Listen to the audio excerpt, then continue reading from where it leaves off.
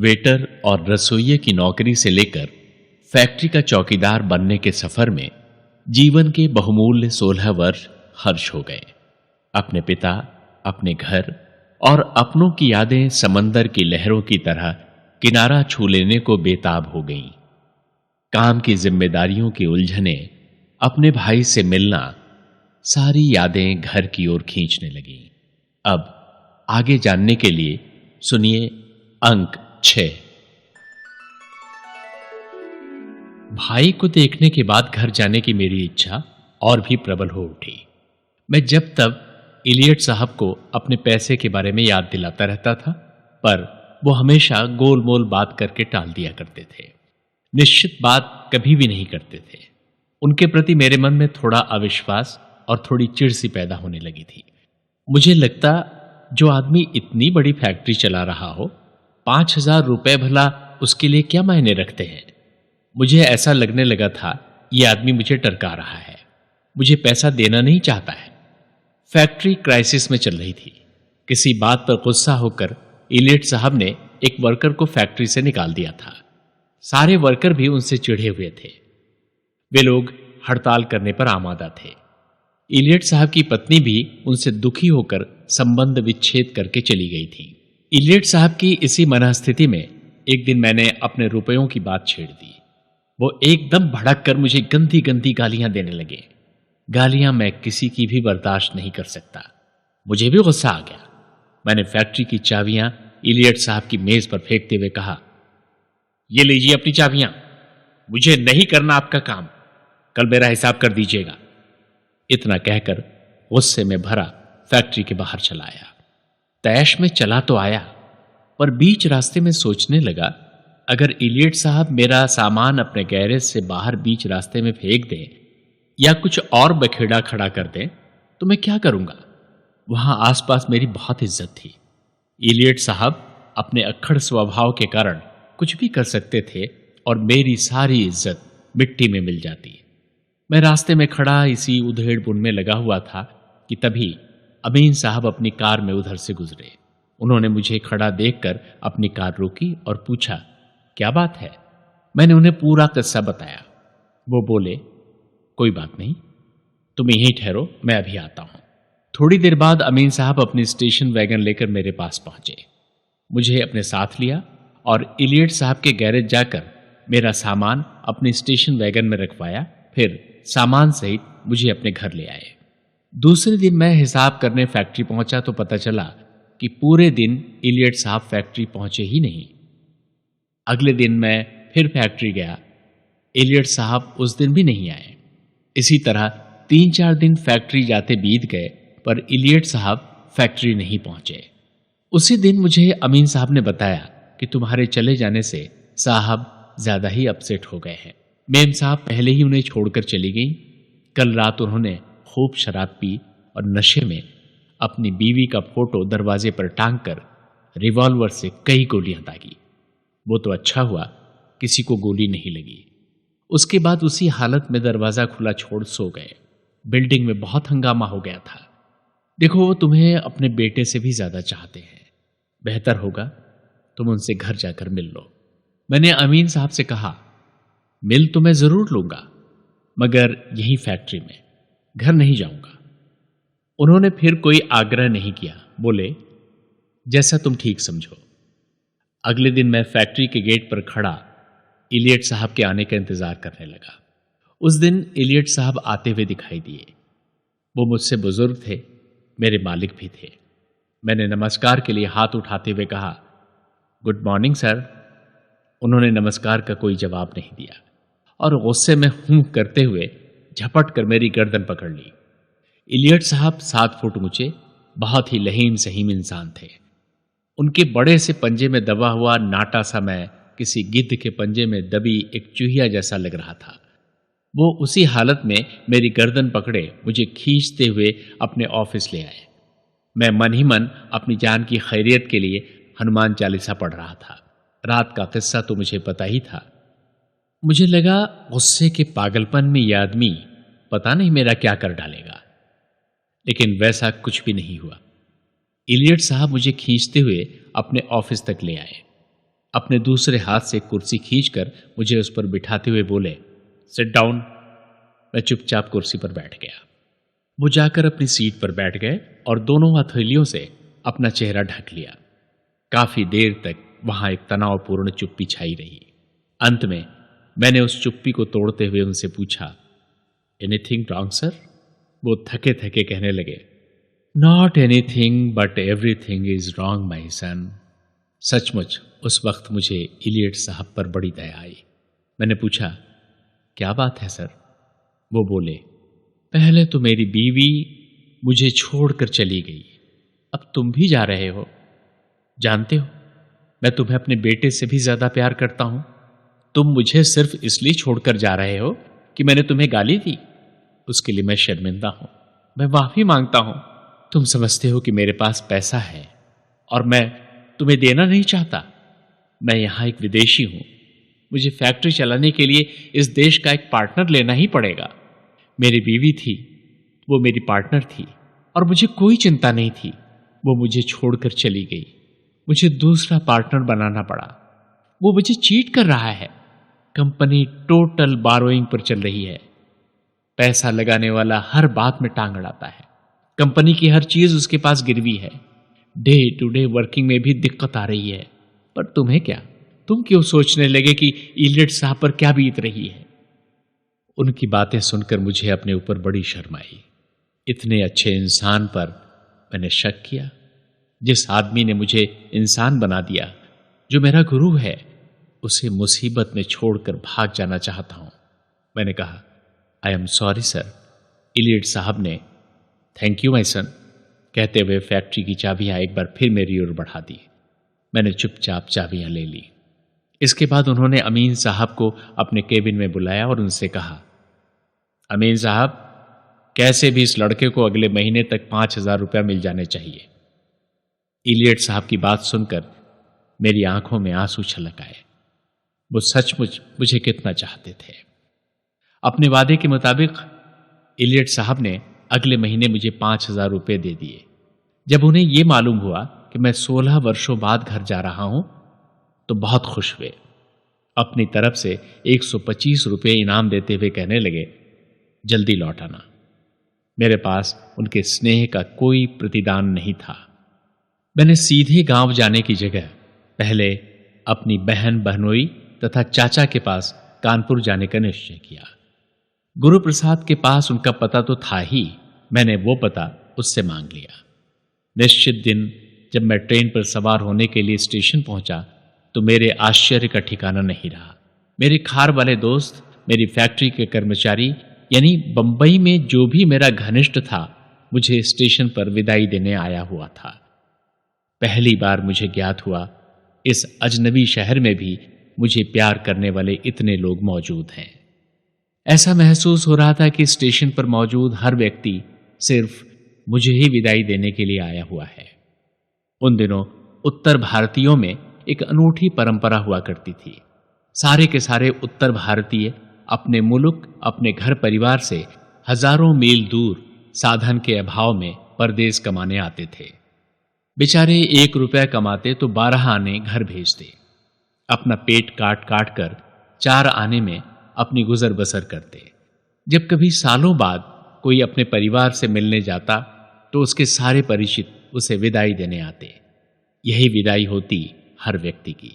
उसकी सामर्थ्य के अनुसार उस जाने वाले व्यक्ति को दिया जाने वाला धन या उपहार। यह धन जाने वाले व्यक्ति के बड़ा काम आता था। जाने वाला बेचारा अपनी ज्यादातर कमाई तो पहले ही गांव भेज चुका होता था। उसके पास बहुत ज्यादा जमा पूंजी होने का तो सवाल ही नहीं होता था। किसी तरह जोड़ तोड़ करके जाने का प्रबंध करता था। ऐसे अवसर पर यह विदाई बहुत काम आती थी। एक तरह से यह सामाजिक सुरक्षा थी। व्यक्ति बाइज्जत अपने परिवार के पास पहुंच जाता था। वह एक बहुत ही अच्छी परंपरा थी। टूटते परिवेश में अब यह प्रथा समाप्त हो रही है। मैं चूंकि इससे पहले कभी अपने गांव गया ही नहीं था, अतः मुझे उस दिन पहली बार इस प्रथा का पता चला। मुझे विदा करने आने वाला हर व्यक्ति मुझे कुछ न कुछ दे रहा था। इलियट साहब के दिए हुए रुपए मेरे पास मौजूद ही थे। मुझे किसी भी चीज की जरूरत नहीं थी। वैसे भी मेरा स्वाभिमानी मन इस तरह मुफ्त में दिया हुआ किसी का धन स्वीकार करने के लिए तैयार नहीं था। मैं लोगों को मना कर रहा था, पर कोई मानता कहां था। वो एक रस्म थी और इससे इनकार नहीं किया जा सकता था। मजबूरन मुझे लोगों की विदाई स्वीकार करनी पड़ी थी। मैंने भी मन ही मन सोचा, चलो कोई बात नहीं, इन लोगों की विदाई का समय भी तो आएगा, मैं दुगनी विदाई देकर इनका उपकार चुका दूंगा। इस तरह मित्रों और परिचितों की प्रेम भरी विदाई के साथ ट्रेन कानपुर के लिए रवाना हो गई। मैं कानपुर पहुंचा और गुरु प्रसाद से लिए हुए पते के सहारे ढूंढता हुआ अपनी बहन के घर पहुंचा। मेरे बहनोई भला मुझे क्या पहचानते, जब मेरी सगी बहन ही मुझे देखकर पहचान नहीं पाई। बहनोई साहब ने पूछा, मैं कौन हूं? मैंने मजाक करते हुए कहा, कुमार बिहारी पांडे। पहचानिए। मेरे बहनोई बड़े सरल हृदय के व्यक्ति हैं। उन्होंने कहा, भाई मैं नहीं पहचान पा रहा हूं, आप ही अपना परिचय दें। मजबूरन मुझे असली नाम बताना पड़ा। मैंने कहा, रामेश्वर पांडे हूं। मेरा असली नाम सुनते ही बहन बहनोई खुशी के मारे पागल हो उठे। 16 वर्ष के बाद एक बहन को अपना बिछुड़ा भाई जो मिला, उन्होंने मेरा कितना स्वागत सत्कार किया उसे शब्दों में बयान करना मुश्किल है। मेरे आने की खुशी में उन्होंने पूरे मोहल्ले में मिठाई बांटी। मेरा मन गदगद हो उठा। मैंने अपनी बहन से कुटुंब के हर सदस्य के बारे में पूरी जानकारी प्राप्त कर ली। मेरे पिताजी 4 भाई थे। उनके प्रत्येक के परिवार में अब कितने सदस्य हैं, ये जान लेने के बाद मैंने कानपुर में खरीदारी शुरू की। पैसे तो पास में थे ही। मैंने हर चाचा ताऊ, उनकी पत्नियों, उनके बच्चों यानी घर के हर सदस्य के लिए कपड़े खरीदे। भेंटों सौगातों से भरा एक बड़ा सा ट्रंक लिए मैं ट्रेन में बैठकर गांव के लिए रवाना हो गया। कानपुर से मेरी बहन भी गांव के लिए तैयार हो गई थी और वो भी मेरे साथ थी। जब मैंने उसे घर के सब लोगों को सरप्राइज देने वाली बात बताई तो वो भी मजा लेते हुए कहने लगी, भैया मैं बिल्कुल किसी को नहीं बताऊंगी। देखती हूं लाला आपको पहचानते हैं या नहीं। अपने पिताश्री को हम सब भाई बहन लाला कहकर पुकारा करते थे। स्टेशन से सवारी लेकर घर पहुंचा। उस समय मेरे पिताजी शायद नांद में सानी चला रहे थे या दरवाजा बुहार रहे थे। अब इतने लंबे अरसे बाद कुछ ठीक से याद नहीं आ रहा। मैंने जाकर उन्हें साष्टांग प्रणाम किया। प्रणाम करने के बाद जब मैं उठा तो वो मेरे चेहरे की तरफ कुछ इस तरह से निहार रहे थे मानो कह रहे हों, ये देखा सुना चेहरा किसका है। मैंने कहा, लाला आप मुझे नहीं पहचान रहे हैं? मैं रामेश्वर हूं। मेरा नाम सुनते ही उन्होंने झटके से खींचकर मुझे अपनी छाती से भींच लिया और फूट फूट कर रो पड़े। मेरा घर मेन रोड पर है। मेरे पिताजी के जोर जोर से रोने की वजह से रास्ता चलते लोगों का ध्यान भी हम लोगों की ओर आकर्षित हुआ। भीड़ जमा होने लगी। जल्दी ही मेरे आने की खबर पूरे गांव में फैल गई। 16 वर्ष पहले बिछड़े पुत्र को अपने सामने खड़ा पाकर एक पिता की क्या अवस्था हो सकती है, इसका अनुमान सहज ही लगाया जा सकता है। जंगल की आग की तरह यह खबर पूरे गांव में फैल गई कि वैद्य जी का भुलाया लड़का आ गया है। लोग मुझे देखने के लिए टूट पड़े। उनके लिए ये 8वां आश्चर्य था कि 16 वर्ष पहले घर से भागा हुआ लड़का, जिसे सबने मुर्दा समझ लिया था, जिंदा सही सलामत वापस लौट आया था। पिताजी की खुशी का तो कोई ठिकाना ही नहीं था।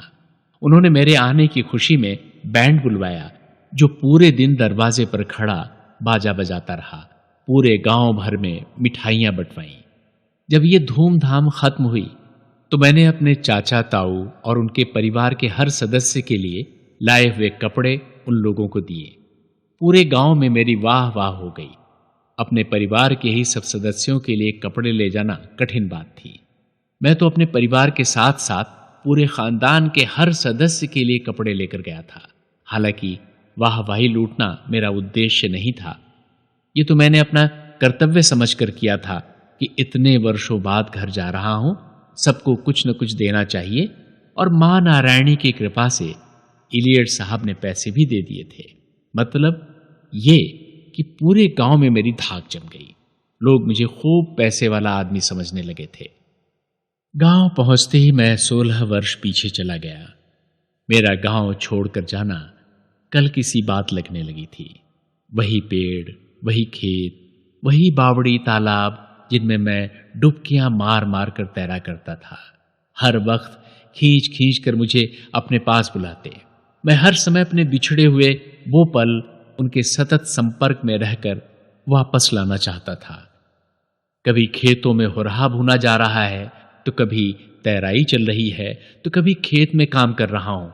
सच पूछो तो मन में एक बार यहां तक इच्छा हुई कि कहां बंबई में हजारों मील दूर पड़ा हूं। मेरा स्वर्ग तो मेरे इसी गांव में, मेरी मिट्टी में, मेरे खेतों में बसा हुआ है। मुझे यहीं वापस आ जाना चाहिए। लेकिन तभी मन में आया कि 16 साल लगाकर बंबई में इलियट साहब के साथ सीखे मेरे हुनर का क्या होगा? क्या मैं उसे व्यर्थ ही गंवा सकता हूं? इस बात के लिए भी मन राजी नहीं होता था। इसी ऊहापोह में डूबा मैं मीलों घूमने चला जाता था। गांव के वातावरण का बंबई के वातावरण से क्या मुकाबला? सच्चे मायनों में मैं गांव का पूर्ण आनंद ले रहा था। ब्राह्मण परिवार में कोई लड़का हो और भला उसकी शादी ब्याह के बारे में न पूछा जाए, ये तो एक अनहोनी बात है। मेरे बारे में भी लोगों ने खोद खोद के बात निकाली। क्या मैंने शादी वगैरह कर ली है या अभी नहीं? मेरा सिर्फ एक ही उत्तर था, बिना पिता की आज्ञा के मैं शादी कैसे कर सकता था? इतना जानने के दूसरे दिन से ही विवाह योग कन्याओं के पिता और भाई वगैरह मेरे घर के चक्कर लगाने लगे। हर कोई मेरी जन्मपत्री ले जाता, पर शादी पक्की करने में संकोच कर रहा था। उनका वो संकोच स्वाभाविक भी था। जो लड़का एक बार गांव से गया, वो 16 वर्ष बाद लौटकर आया है। अब की गया तो वापस आएगा भी, इसका क्या भरोसा? मेरे ऊपर भगोड़े की एक मोहर जो लग चुकी थी, वो चाह कर भी मेरा विश्वास नहीं कर पा रहे थे। इसी कश्मकश में मैंने बंबई वापस लौटने का निर्णय किया। किसी ने भी मेरे निर्णय के बारे में कुछ नहीं कहा। हालांकि सभी लोग चाहते थे कि अभी कुछ दिन और गांव में रहूं, पर अब संभव नहीं था। इलियट साहब ने जल्दी लौट आने को कहा था। मौज मस्ती में पैसे भी खत्म होने को आए थे। इस तरह मैं वापस बंबई लौट आया। पूरे 1 साल तक मैंने हर तरफ से ध्यान हटाकर, यहां तक कि गांव और शादी से भी खूब मेहनत से काम किया। अपने पास पैसे भी इकट्ठे किए और पूरे 1 साल बाद सन 1966 में दोबारा अपने गांव पहुंचा। इस बार मेरे साथ एक बड़ा सा 6 बैंड वाला रेडियो भी था। रेडियो मैंने सन 65 में पाकिस्तान की लड़ाई के दौरान समाचार वगैरह सुनने के लिए खरीदा था और ये सोचकर कि इसे पिताजी को दे आऊंगा, अपने साथ लेता गया था। उस जमाने में रेडियो 400 रुपयों का मिला था। गांव वालों के लिए तो उस समय वो अजूबा ही था। संपन्न लोग ही रेडियो खरीद सकते थे। गांव के लोग मुझे काफी संपन्न समझने लगे थे। इस बार गांव के लोगों का मेरे प्रति जो संशय था वो समाप्त हो चुका था। एक ही वर्ष बाद दोबारा गांव पहुंच जाने के कारण अब उन्हें विश्वास हो चला था कि अब मैं भागूंगा नहीं।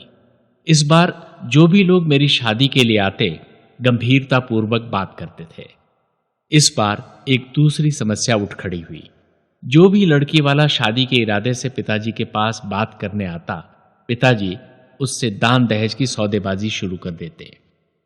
लड़की वाले सुनकर भाग खड़े होते। हमारे समाज में परंपरा है कि जिस लड़के की शादी की बात चल रही हो, उसका स्वयं बीच में बोलना बहुत बड़ी अशिष्टता है। लेकिन पिताजी के व्यवहार के कारण, एक के बाद एक बहुत सारे लड़की वालों के भाग जाने के कारण मेरा मन खिन्न हो उठा। अतः एक दिन एक लड़की वाले के साथ पिताजी के मोल भाव को सुनकर मुझसे चुप नहीं रहा गया और मैं बोल ही बैठा।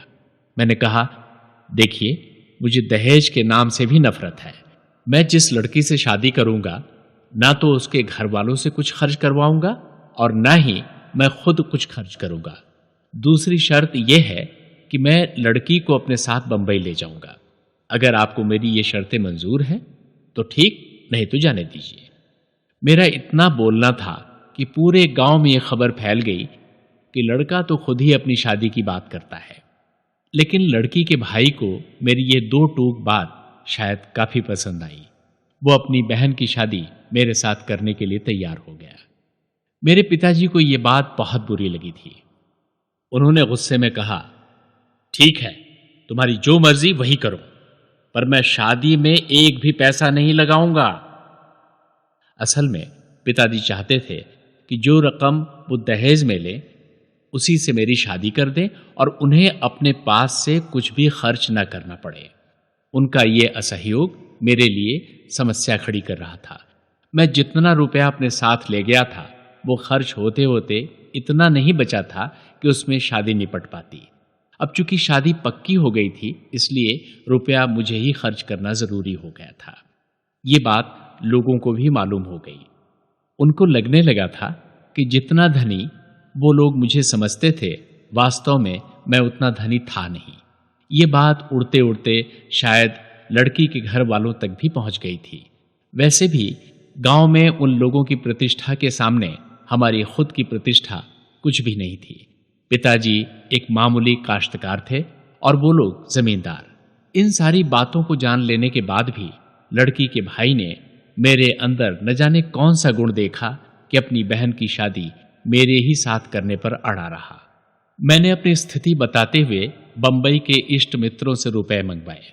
मित्रों ने मेरी भरपूर सहायता की। उन्होंने रुपए भेजे। ताऊ जी ने जरूर उस कठिन परिस्थिति में मुझे मॉरल सपोर्ट दिया। धन तो उन लोगों के पास था नहीं, मन से जरूर मेरे साथ थे। उन दो व्यक्तियों के अतिरिक्त कोई मेरे साथ नहीं था। स्थिति यहां तक आई कि हल्दी लगने के बाद भी मुझे बारातियों के लिए बिस्तर आदि का प्रबंध करने 7 मील दूर जाना पड़ा, जबकि प्रथा है हल्दी लगने के बाद लड़का गांव की सीमा भी नहीं लांघता। ये तो रही मेरे परिवार की बात। उधर लड़की के घर में एक अलग ही नाटक चल रहा था। लड़की की मां अपनी लड़की की शादी मेरे साथ करने के लिए कतई तैयार नहीं थी। उसका भी कोई दोष नहीं था। वो एक मां थी और हर मां चाहती है कि उसकी बेटी की शादी ऐसे घर, ऐसे वर से हो जहां उसकी बेटी सुखी रहे। उसे लगता था मेरे साथ शादी होने पर उसकी बेटी जिंदगी भर दुख ही दुख उठाएगी, कभी सुखी नहीं रह सकती। उसके पास इसके लिए अपने तर्क थे। एक तो मैं भगोड़ा हूं, उस पर उनके परिवार की प्रतिष्ठा के लायक भी नहीं हूं। मेरे पास धन भी नहीं है। मेरी आयु भी उसकी लड़की की आयु से 9 वर्ष अधिक है। और सबसे मुख्य बात थी कि मैं लड़की को ब्याह कर बंबई ले जाना चाहता था। एक मां का दिल अपनी लाडली बेटी के लिए बेचैन नहीं होता तो क्या करता। अंत में नौबत यहां तक आई कि उन्हें ताले में बंद करने के बाद ही मेरा विवाह संपन्न हो पाया। इस तरह बमुश्किल मेरी शादी हुई। पत्नी को विदा करके घर लाया ही था कि उसी दिन मुझे बंबई से भेजा अमीन साहब का तार मिला। तार में लिखा था, फौरन पहुंचो, कंपनी बंद होने जा रही है। विधि की भी क्या विडंबना थी। पत्नी को अपने साथ बंबई ले जाने के सारे सपने एक झटके में चूर चूर हो गए। किसी तरह पत्नी को वही गांव में छोड़ मैं बंबई लौट आया। बंबई पहुंचा तो इलियट साहब से पता चला समस्या बहुत गंभीर है। दिल्ली वाला पार्टनर उन्हें बहुत तकलीफ दे रहा है। फैक्ट्री में लेबर प्रॉब्लम अलग उठ खड़ी हुई थी। थके हारे, चारों तरफ से मायूस इलियट साहब ने अपने देश अमेरिका जाने का फैसला कर लिया। लेबर प्रॉब्लम तो खैर मैंने 2 ही 4 दिनों में खत्म करवा दी, पर उनके पार्टनर के संबंध में मैं क्या कर सकता था। कंपनी की नियति में शायद बंद होना लिखा था। एक दिन इलियट साहब मुझसे कहने लगे, मैंने अमेरिका जाने का पक्का फैसला कर लिया है। मैंने अमीन साहब से भी बात की है, वो भी मेरे साथ अमेरिका जा रहे हैं। इस वक्त तुम्हें देने के लिए मेरे पास कुछ भी नहीं है जिससे तुम्हारा भविष्य सुरक्षित हो सके। हां, अगर तुम मेरे साथ अमेरिका चलना चाहो तो मैं साथ ले चलने को तैयार हूं। इलियट साहब की बातें सुनकर मैं बहुत प्रभावित हुआ। मुझे इस बात का दुख भी हुआ कि मैं उनके किसी काम नहीं आ पा रहा हूं। उनके अमेरिका ले जाने के ऑफर से एक बार मन में लालच भी आया, लेकिन मैंने मन ही मन सोचा कि मेरा अमेरिका जाना किसी भी प्रकार से उचित नहीं था। वैसे ही मेरे बारे में मेरे गांव के लोगों के मन में भ्रांत धारणाएं घर कर चुकी हैं। मेरी सास तक मेरा विश्वास नहीं करती हैं। यदि मैं इस समय अमेरिका चला गया तो गांव वाले मुझे पक्का भगोड़ा मानने लगेंगे। फिर मेरी नई नई ब्याह कराई पत्नी का क्या होगा? शादी होते ही यदि एक पति अपनी पत्नी को छोड़कर अनिश्चित काल के लिए सुदूर विदेश चला जाए तो पत्नी को कितनी मानसिक यातनाएं झेलनी पड़ेंगी। मैं ये सोचकर ही कांप उठा। मैंने विनम्रतापूर्वक इलियट साहब से कहा, आज अगर आप मुझे कुछ भी नहीं दे पा रहे हैं तो इसमें ग्लानि कैसी? आप यदि रुपए पैसे दे जाते तो वो भी कुछ ही दिनों में खर्च हो जाते। आपने तो मुझे हुनर का वो खजाना दिया है जो कभी समाप्त नहीं होगा। आज मैं जो कुछ हूं या आगे जो कुछ बनूंगा आपकी ही बदौलत बनूंगा। अमेरिका ले चलने के ऑफर के लिए बहुत बहुत धन्यवाद, पर मेरी घरेलू परिस्थितियां मुझे ऐसा करने की इजाजत नहीं देती। आप मुझे हमेशा बहुत बहुत याद आते रहेंगे। इलियट साहब बहुत समझदार थे। उन्होंने मेरी बातें सुनने के बाद मुझसे कहा, थैंक यू माय सन। दरअसल मैं सिर्फ तुम्हारे गांव से लौट कर आने और तुमसे मुलाकात करने के लिए ही इंडिया में रुका हुआ था, वरना मैं कब का अमेरिका चला गया होता। गुड लक सन। और वही इलियट साहब से मेरी अंतिम भेंट थी। उसके 4 दिन बाद पता चला इलियट साहब ने अपने डायनर्स क्लब के कार्ड पर एयर इंडिया से फ्लाइट की टिकट बुक करवाई और बिना किसी को कुछ भी सूचित किए अपने देश अमेरिका लौट गए। कंपनी की सारी चाबियां मेरे पास थीं और मैं उस समय कंपनी का इकलौता वारिस था। अगर मेरे मन में थोड़ी भी बेईमानी होती तो उस वक्त मैं कंपनी की कोई भी मशीन या मशीनों के पार्ट बेचकर लाखों रुपए कमा सकता था। लेकिन मां भगवती ने ऐसी दुर्बुद्धि मुझे कभी भी नहीं दी। स्वयं के परिश्रम से ही समृद्धि प्राप्त करना मेरा प्रारब्ध था, वरना मैं अकेला इंचार्ज होने के समय कुछ भी चोरी से बेच सकता था और अमेरिका लौट गए इलियट साहब का नाम लगा सकता था। कोई मेरा क्या कर लेता? हां, एक मशीन इलियट साहब मेरे सामने ही किसी दूसरे को बेच गए थे। उसके बारे में मैंने दिल्ली वाले पार्टनर को कुछ दिनों बाद बंबई आने पर स्पष्ट रूप से बता दिया। भाग्य तो देखो, मेरी इस ईमानदारी का फल मुझे दिल्ली वाले पार्टनर से यह मिला कि मुझे दोबारा चौकीदार का चौकीदार बना दिया गया। हालांकि तब तक मैं एक एक्सपर्ट मैकेनिक बन चुका था। मेरे स्वाभिमान को गहरा धक्का लगा और मैंने इलियट साहब की कंपनी को अंतिम नमस्कार कर बॉम्बे टूल्स एंड डाई हमेशा हमेशा के लिए छोड़ दी। अब अगले अंक में